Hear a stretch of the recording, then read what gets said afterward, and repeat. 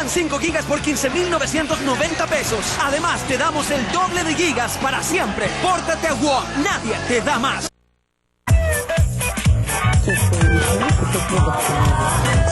11 de la noche con 22 minutos, en vivo y en directo hablamos de cultura, lo que todas las semanas hacemos acá en Mentiras Verdaderas. O si usted prefiere los lunes, de Cultura Verdadera. Hashtag abierto Cultura Verdadera, @Mentiras en la red para sus comentarios y preguntas. El rol de las mujeres en la historia de Chile es lo que hoy nos convoca, donde hemos ido avanzando en distintos procesos históricos con algunas banderas de lucha que sí han sido tremendamente importantes. Antes de la pausa hablábamos con Ana María Stuben respecto de los primeros partidos políticos protagonizados por mujeres, como por ejemplo el Partido Demócrata Femenino.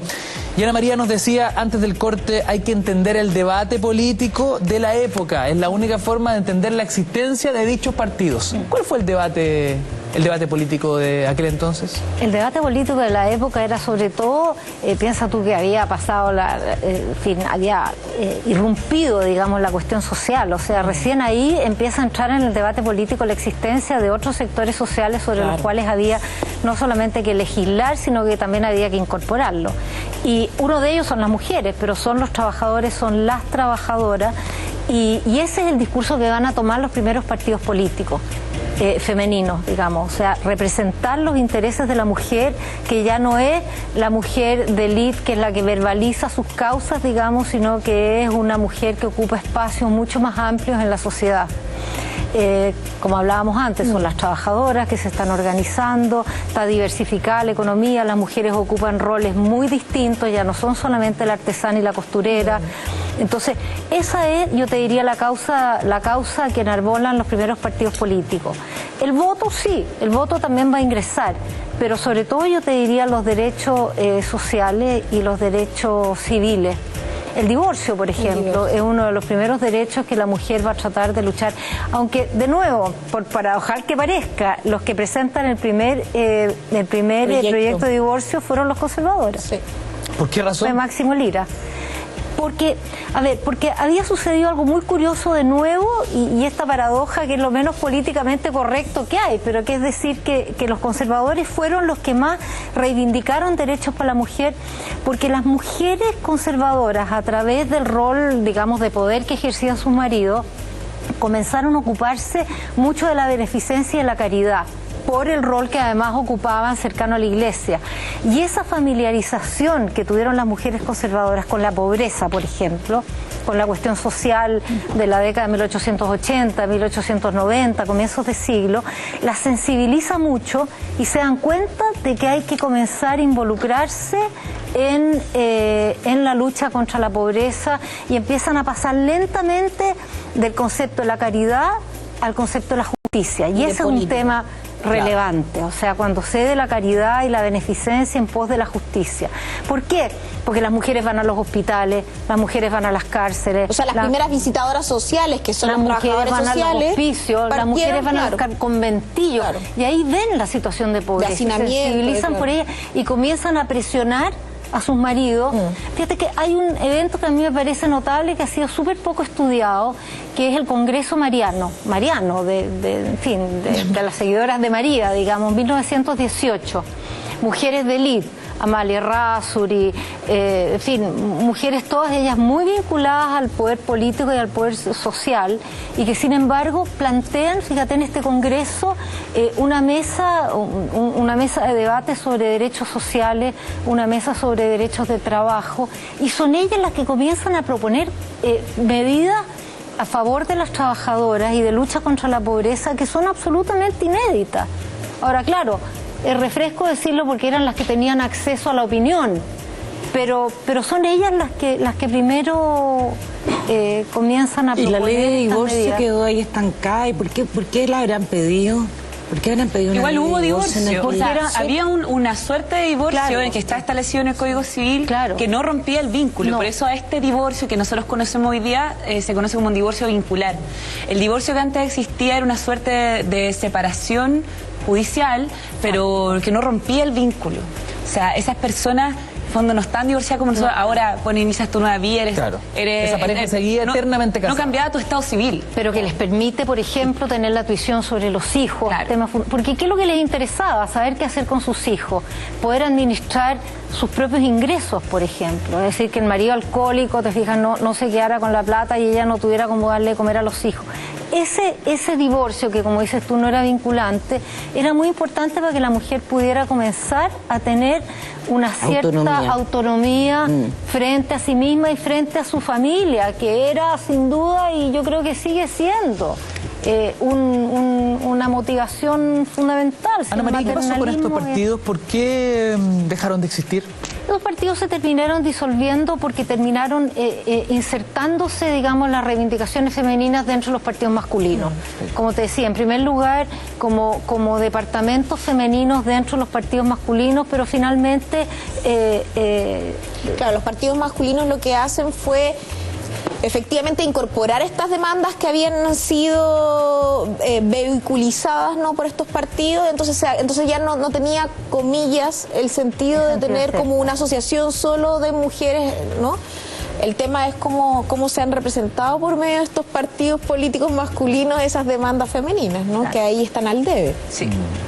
Tal vez nunca debieron dejar de existir. Tal vez. No, es que también si tú sigues situando a las mujeres como luchando solas por la autonomía y no en un mundo relacional, donde son los hombres y las mujeres los que conjuntamente logran pensar en una sociedad civil y en una sociedad política diversa, transversal, pluralista y democrática, vas a seguir teniendo luchas por segmento. Seguirías marcando esas diferencias. Siguen marcando la misma diferencia, las mujeres por su lado y los hombres por el de él, y cada uno luchando por lo que le conviene a cada cual, como si el mundo no fuera en realidad integrado. Igual yo lo pienso, y lo he conversado muchas veces con muchas feministas, que debe ser muy complejo también para los hombres renunciar a la posición de privilegio, que bueno, a cualquiera yo me imagino le debe costar mucho soltar. En cambio nosotros las mujeres que nunca hemos estado realmente en una posición de privilegio respecto de la sociedad, ya sea en cualquiera de los ámbitos que hemos discutido esta noche, es mucho más fácil tener una postura crítica y una postura que sea mucho más progresista que la de la mayoría de los hombres, porque no voy a decir todo. Por ejemplo, en las organizaciones civiles, de la sociedad civil, hoy día las reivindicaciones de las mujeres están mucho más transversalizadas. Sin embargo, persisten aún organizaciones que son solo feministas, donde sí hay hombres y mujeres, pero también hay muchas antiguas que son solo de mujeres, y que sigue siendo algo que los hombres no suelen compartir. Y eso también pasa no solo porque, bueno, tenemos una educación prácticamente cruzada de punta a cabo por el patriarcado, sino que también yo creo que tiene que ver con una posición social que debe ser muy compleja de renunciar. Pero es que yo creo, o sea, yo me imagino que es muy difícil pedirle, ¿no?, a quien tiene el privilegio que renuncie a su privilegio. Sí, claro. Y por lo mismo las mujeres han tenido que luchar mucho, ¿no? Entonces yo efectivamente no le pido a ese que renuncie a su privilegio, pero sí que sea solidario en términos de justicia, ¿no? Porque podría entenderlo, pero hay cosas que ya son incompatibles en términos de justicia y equidad. Entonces yo no le pido que deje que logre empatizar conmigo, no, lo que le pido es justicia. Pero en una sociedad democrática, además, la idea no es que el privilegio pase de los hombres a las mujeres. Pero además una justicia que está completamente concebida también, tal como la historia androcéntrica, el derecho es androcéntrico, toda la concepción de justicia a la que nosotros nos basamos, a la que están hechas todas nuestras normas, todos nuestros códigos, toda nuestra constitución. No, claro, no es que hay que hacer una nueva constitución, muchas cosas nuevas. Oye, Bárbara, ustedes desde el Observatorio contra el Acoso Callejero han enfrentado un proceso súper interesante, ¿no? Desde una primera reacción de muchos en plan bullying a través de las redes sociales, como cómo están preocupadas de esta discusión tan poco relevante, hasta una validación en el Parlamento por parte de líderes en distintos ámbitos, y donde incluso eso lo podemos vincular hoy con temas mucho más delicados, pero que tienen directa relación, como por ejemplo las tasas de femicidios, que es increíble cómo los números se siguen abultando año a año, y vemos que no hay un parelé desde ningún punto de vista, ¿no?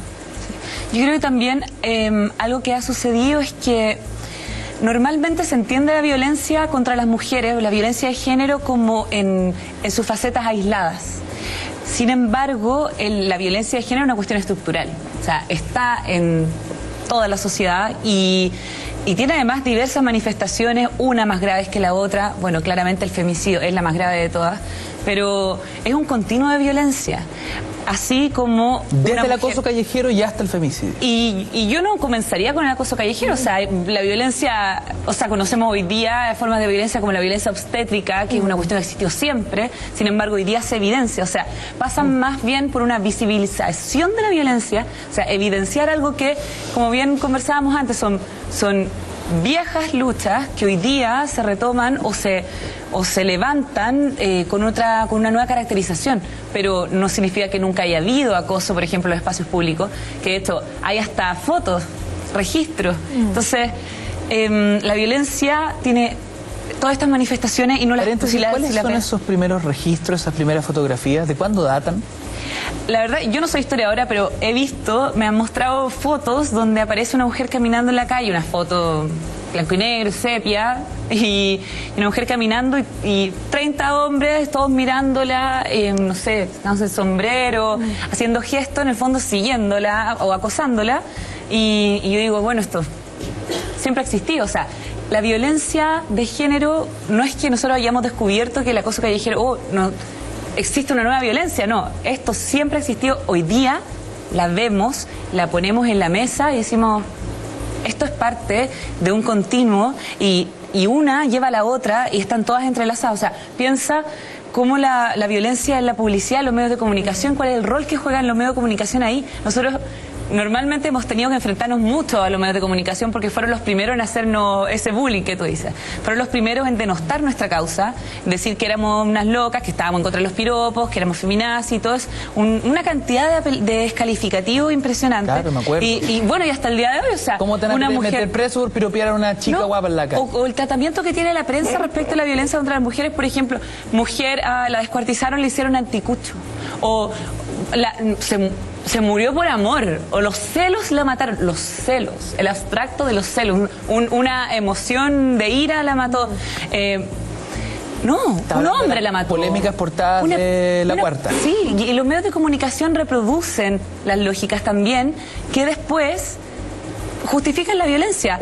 Por ejemplo, con la publicidad sexista, o sea, el acoso en los espacios públicos está muy relacionado con ese tipo de violencia también. La publicidad sexista claramente un atentado a los derechos humanos de la mujer en su faceta de consumidora, de la mujer en su faceta de ciudadana.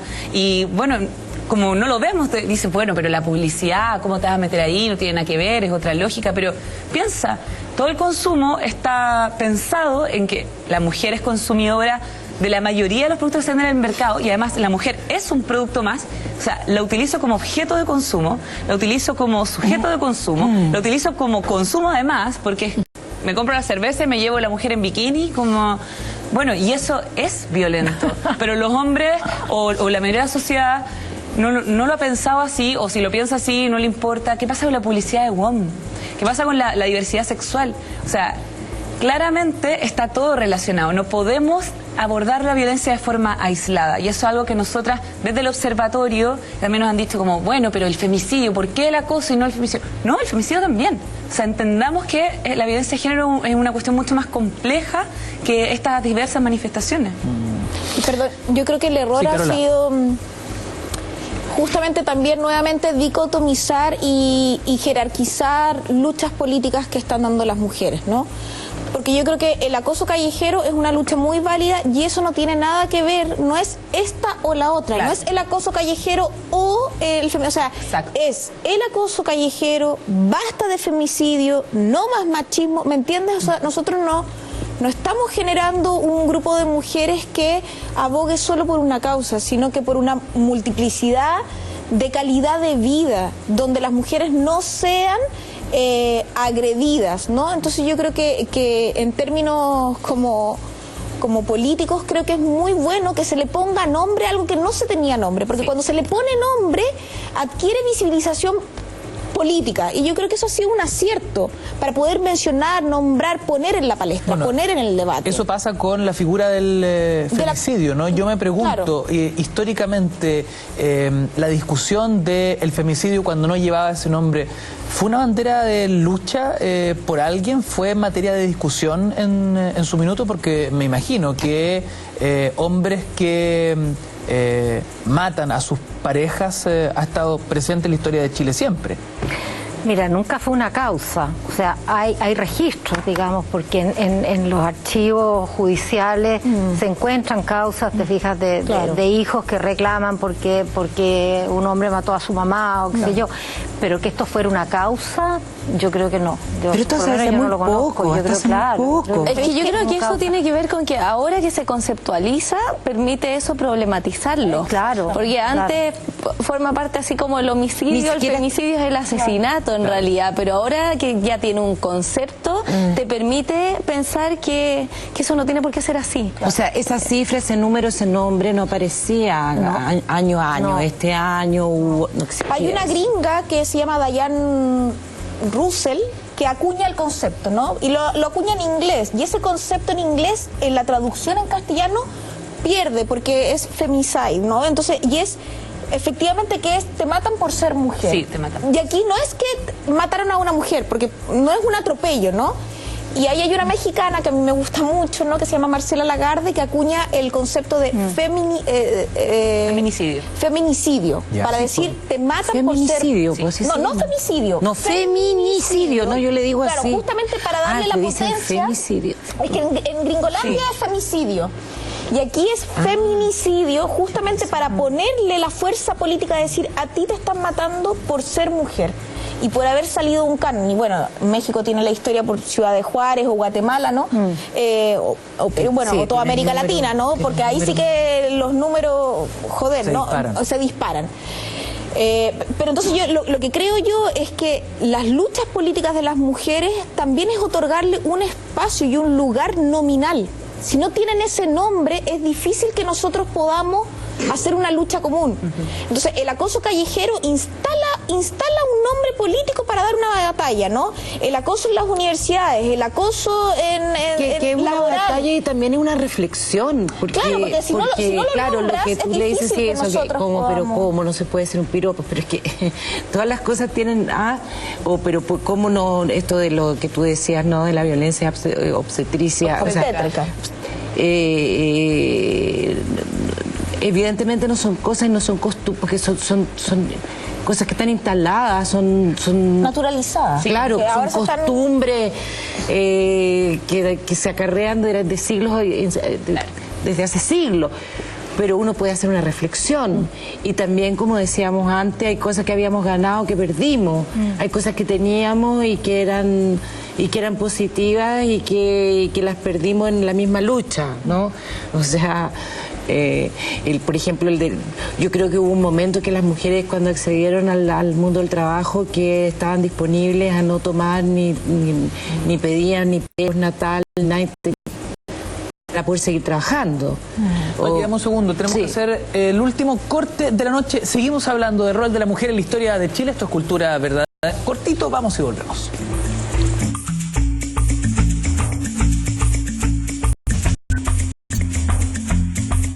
Cámbiate al prepago ganador de Movistar y duplica tus recargas.